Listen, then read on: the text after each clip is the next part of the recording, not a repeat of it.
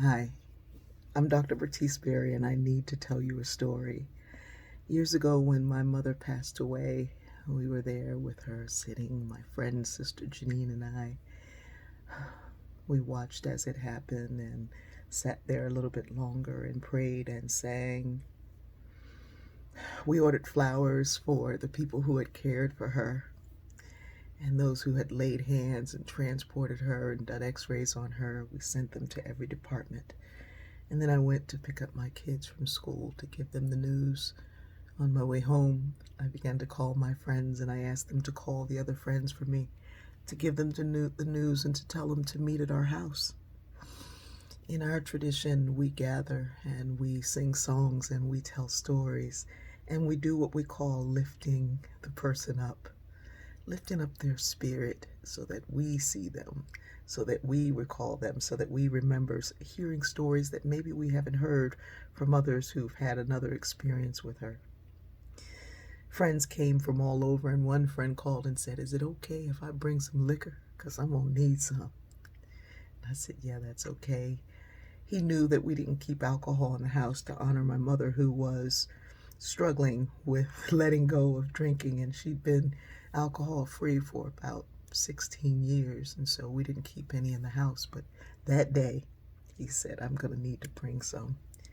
He brought a blender and fixins and mixes and everything, and he drank, and so did others. We laughed and shared stories of love and light and stories I had never heard. People began to arrive from other places that day and the next day. My friend Rita Colburn came from Chicago, and she said, "I just needed to put my eyes on you." And I said, "Well, girl, come on in, sit down, and just, we got a room for you. We got room." She said, "I'm not staying. I just drove down to put my eyes on you, to lift mama up. I'm on my way right back." People came in from everywhere, and for those 2 days, we shared stories and laughter and love. The kids with their friends shared stories and laughter and love. We lifted her up. That first night, I had a friend following me around saying, "You're going to need to cry. You know, I'm a therapist and you're going to need to cry. You're not grieving. You're going to need to let this go. You're not grieving. You need to grieve." And she actually began to physically rub me, or as my mother would have called it, rubbing me up, trying to rub up the grief. And I said, "I am sad. I just lost my best friend. But what we do is not that. It's not my time to suffer my loss. It is the time to lift up her life in the eyes of those who loved her." I was responsible for calling older relatives and friends. I'd called my sister and said, "It's your job to do it." And she said, "I can't." And I said, "Okay, I'll do it." And I called and I listened to her friends who were in their 70s and 80s crying like little girls because their best friend was gone, and what were they going to do? But it was my job to lift them up. My friend called from Africa, and it was right after my call with my Aunt Gladys, and I was really struggling because her pain, I was holding it, trying to hold that space for her. And he called right on time, and he said, "Ish, why are you crying?" I said, "Why are you yelling?" He said, "You cannot cry. You're her daughter. You have to lift her up." And I realized that the tradition that I thought was maybe just my family and some of the black folks that I knew was a bigger tradition that had come from much further back than I thought it did. He said, "For the next 24, 48 hours, don't cry. Lift her up. Share stories of life and laughter and love. Your mother was a great woman. Lift her up." And I said, "I will, I will, I will. I am, I am, I am." He said, "Are people at the house?" I said, "They're all here. There's more coming." He said, "Good. This is what we do.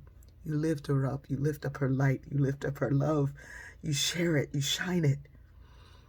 Last night, I wrote those simple words on Facebook in a post that just wrote, "Lift her up." Someone immediately came back in and said, "She is lifted. God is taking care."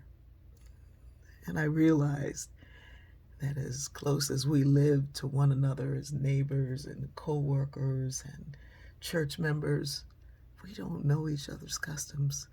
We don't know any of these ways that could actually help us all heal This is the beauty of diversity, that we share what we know so that when I go to solve a problem, I need to get through a thing, it helps me a little bit more. So I explained, I'm sorry, this is a tradition among my folk, that we lift a person up. We lift up their work, their life, their legacy, their loves.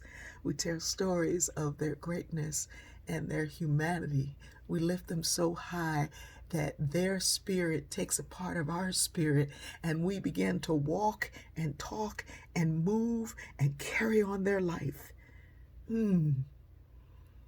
There's a wonderful song that says, if you take one human body, I see 10,000 Bikos. Of course, Sweet Honey sings it.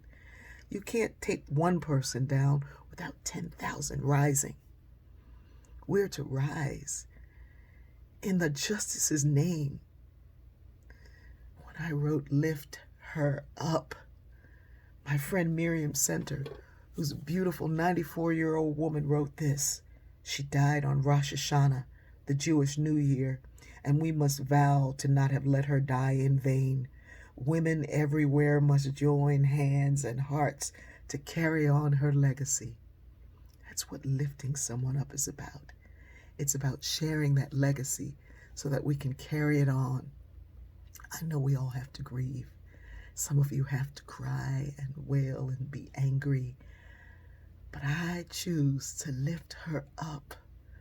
Today I'm going to visit with a friend. I'm going to sit and talk with her, and we're going to share stories. Lift her up.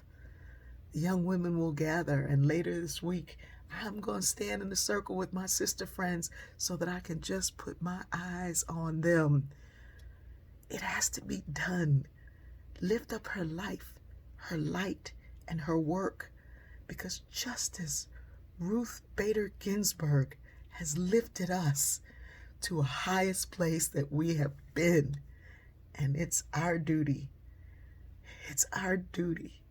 to continue with her work and the work of John Lewis and all those who have been leaving us, to shine a light on us as ancestors do.